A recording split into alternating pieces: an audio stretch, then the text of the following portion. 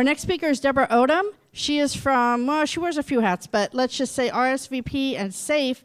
She's representing SAFE more today. So, Deborah, come on up. Thank you. Thank you. Hello, everybody. How many here know of RSVP? Okay. Oh, that's pretty good. All right. That's another hat that I wear. It's a volunteer recruitment and referral. It's a national service program, so it's funded and authorized by Congress. That's another hat that I wear. Back in 2001, I believe, at then, I believe, Assemblywoman Jackie Spears, Seniors on the Move. We all know Seniors on the Move, been around for 20 plus years. She had a presentation from the California Department of Corporations. That is the state agency that has oversight of those who are licensed to sell financial products. She had a representative from that agency come and give a presentation on SAFE, Seniors Against Investment Fraud, SAIF. This program was being launched back in 2001, and what the California Department of Corporations was doing was contracting with RSVP programs around the state, because we work with older adults and we work with volunteers. They contracted with RSVP programs around the state to build a core of volunteers that would go out in the community and give this presentation. Well, we became a contractor with the Department of Corporations, and we were doing the SAFE programs for several years. And then we all know what happened with the economy in the state of California. It just kind of dried up, and we are no longer a contractor. But I still do this presentation for the community because this information is very, very important. So I want to let you know that I am not an expert in anything matters that has to do with money, okay? I am not an expert in that. I'm not trained in any financial matters. I am trained by the California Department of Corporations to give this information to you on how you can protect yourself from being a victim of investment fraud. I'm not here to talk about financial abuse. That's different. It's a bigger umbrella. I'm here just to provide you with some information about investment fraud. So with that said, repeat after me. 1-866 ask Corp. 1-866 ask Corp. That's a toll-free 800 number that you as a consumer can call, and you will talk to a live person. That is a person at the California Department of Corporations who will help you consider whether or not an investment that you are about to make is legitimate. Is the person who is selling you a financial product licensed to do so? Are they licensed in the state of California? Have there been any complaints filed against them? Is there any litigation that they are involved with as a result of selling a financial product? They will help you consider whether or not the financial product that you are about to invest in is reasonable for you. At the age of 80, is it reasonable that you would invest in a long-term annuity? Maybe not. But the person selling that product has a higher commission on that. That's why they do that. Fraud is a legal term that indicates an illegal activity. It is intentional. It's to persuade someone to part with something of value. It's deliberate deceit, misrepresentation, and concealing valuable information. Fraud can involve more than one person. That being said, it does not mean that a con artist obtained information about people through illegal manners. They might obtain the information legally, but use it for illegal purposes. Personal information can be obtained in many ways ranging from product registration cards to obituaries in the newspaper. There is no specific look to a con artist. Someone in this room could be a con artist for all we know. There's no look to it, okay? What they do is they gain your trust, and they do that in a variety of ways. Investment scams can come in many different ways, from the telephone to the internet. For example, on the phone offers, I don't want to do that one, sorry. Pyramid schemes. What's the most famous pyramid scheme that was a scam? The Ponzi. What was his name that ended up in prison? Charles Ponzi. Okay. Oh, now he's in Italy. Okay. You get a phone call with an offer to invest in a new company. Stock options or insurance policies are a good example of a possible investment fraud. Investment con artists know how to say all the right things. There's a video that we have that goes along with a full safe presentation, but it talks about how a con artist will call you and then call you back and call you again and call you again. And what they're doing is they're gleaning information from you. They are becoming your friend. You like the 49ers? Guess what their favorite team is? You know, they like the Raiders. So guess what? Or you like the Raiders. Or, you know, you go to the Baptist church. Guess what? They're Baptists. That's what they're doing. They're gleaning information and they're building trust. Okay, so that's how they operate. Telemarketing fraud. How many of you are on, get those phone calls? Always at dinner time. Damn. Why? They know you're home.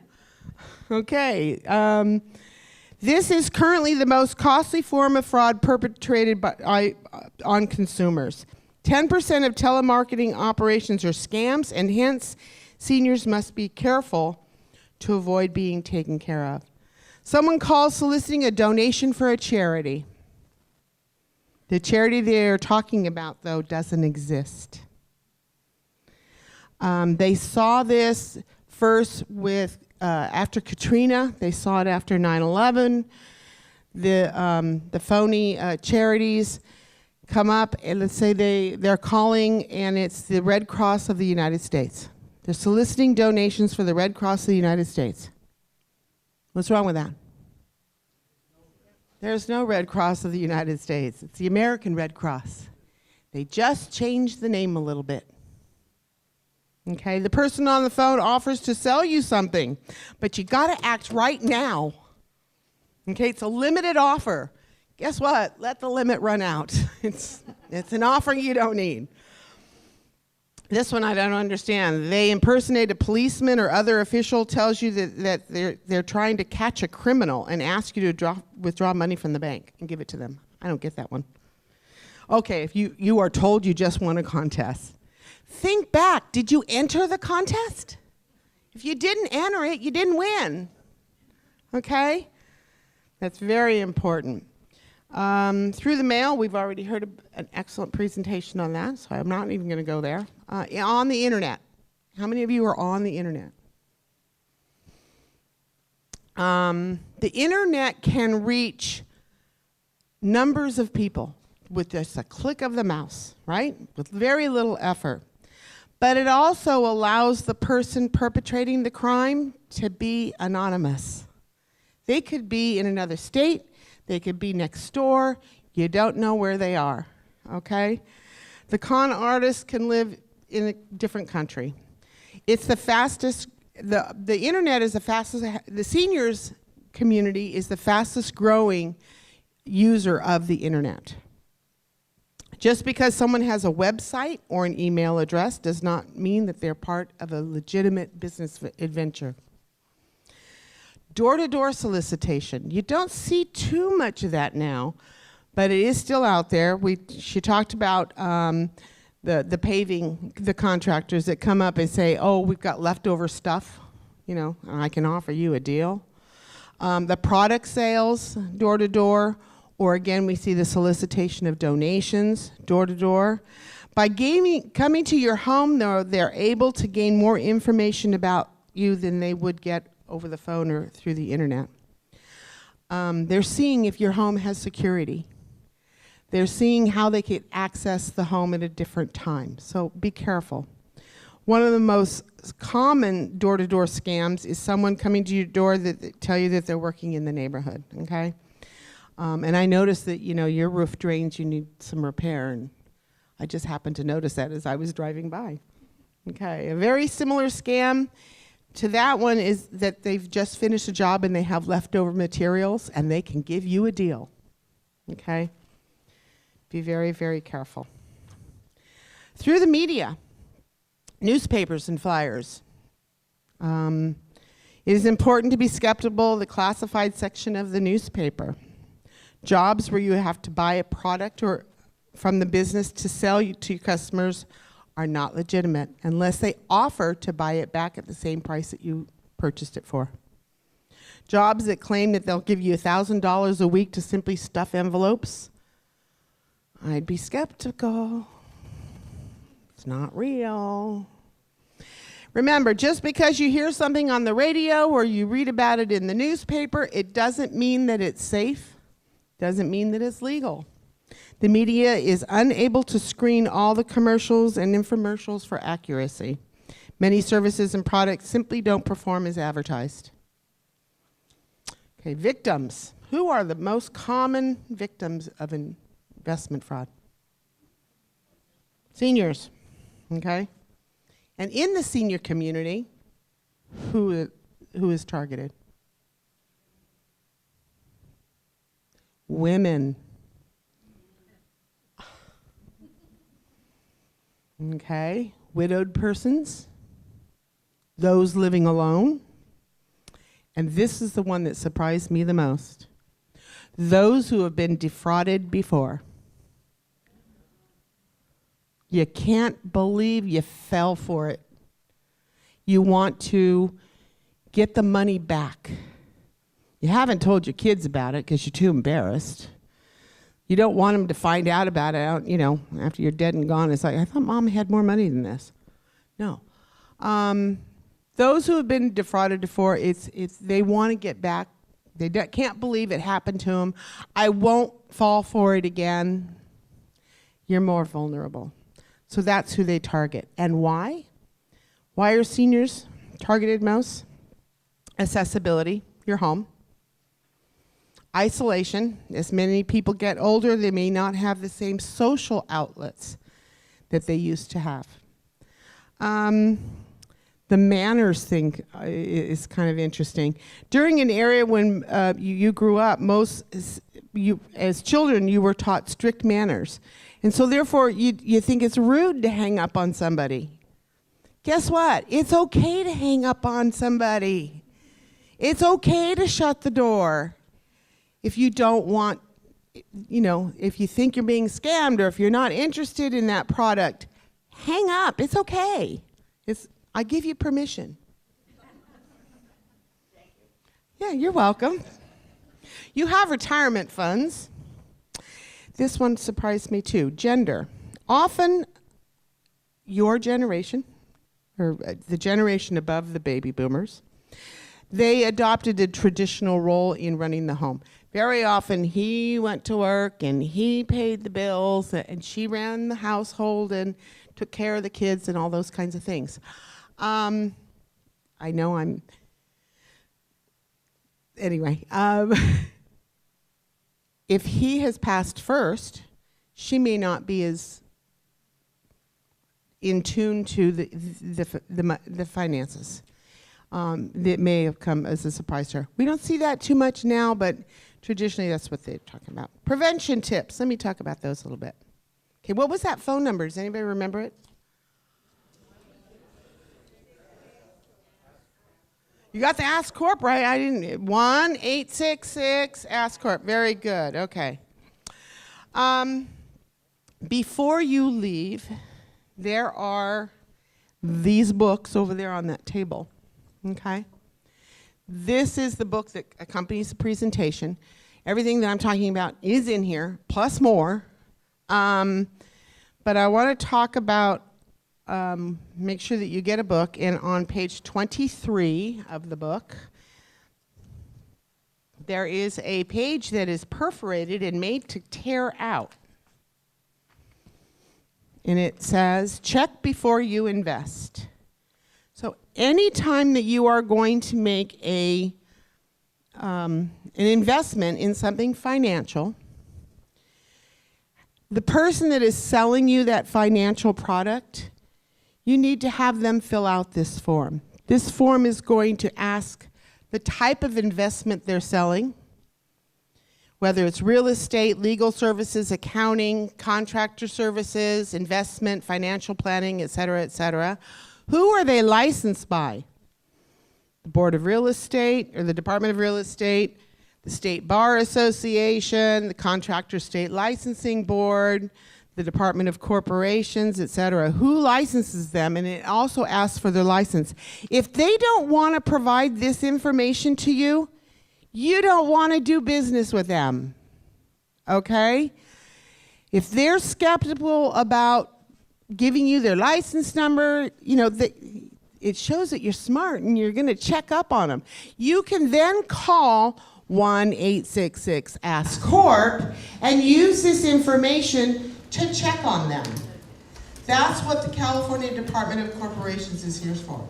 It just dawned on me, I keep calling it the California Department of Corporations. On July 1st, they changed their name to the California Department of Business Oversight.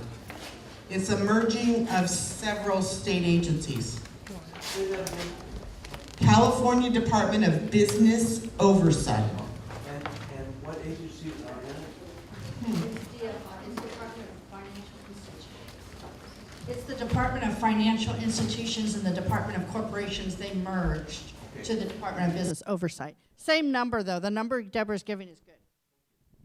Yes, 1-866-ASK-CORP is still the number to call. Let me see.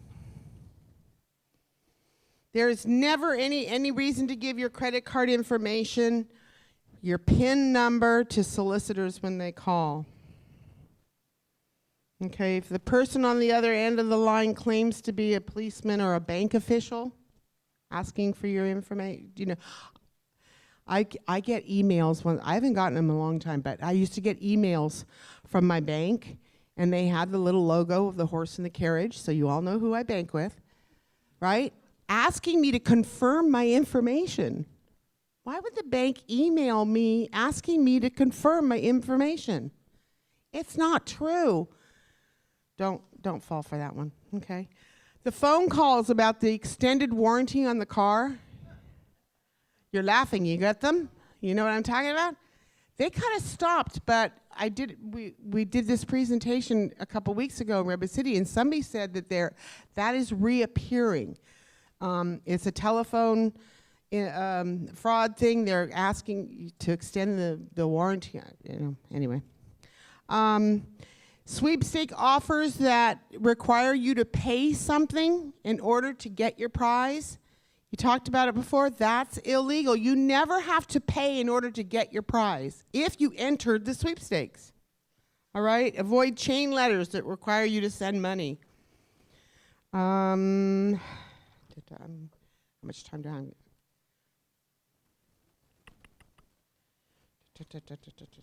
Okay. Last thing before I go. San Mateo County Times. Sunday, June 24th, 2012. A little over a year ago. Scamming nation's elderly. A couple in their 80s. The family was spending, the article in GIST is about how long it takes to recover from a fraud. This retired educators, 6 college degrees between them. Pretty smart people. Scammed out of hundreds of thousands of dollars. And it was international sweepstakes. Now, this was in Raleigh, North Carolina, but it's important that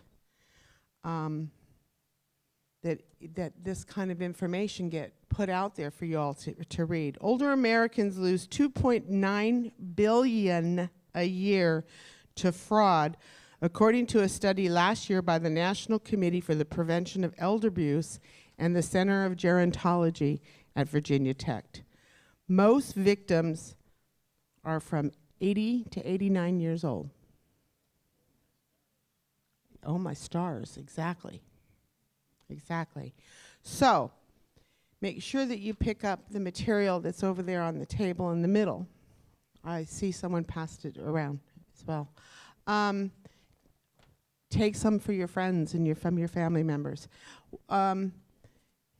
Make sure that you have someone that you can trust, that you can call upon, that before you make an investment, and you're going to call here, maybe you want to talk to, if you don't have a financial advisor, maybe you don't trust your kids, I don't know. You know, your pastor, your priest, your rabbi, your massage therapist, someone that you trust. You need to have someone to talk to before you make an investment, okay? And use this information. Thank you. Thank you, Deborah. Lots of good information. That book is excellent, by the way. It has so much information in it. So do pick some up for your friends and neighbors or whoever can come today.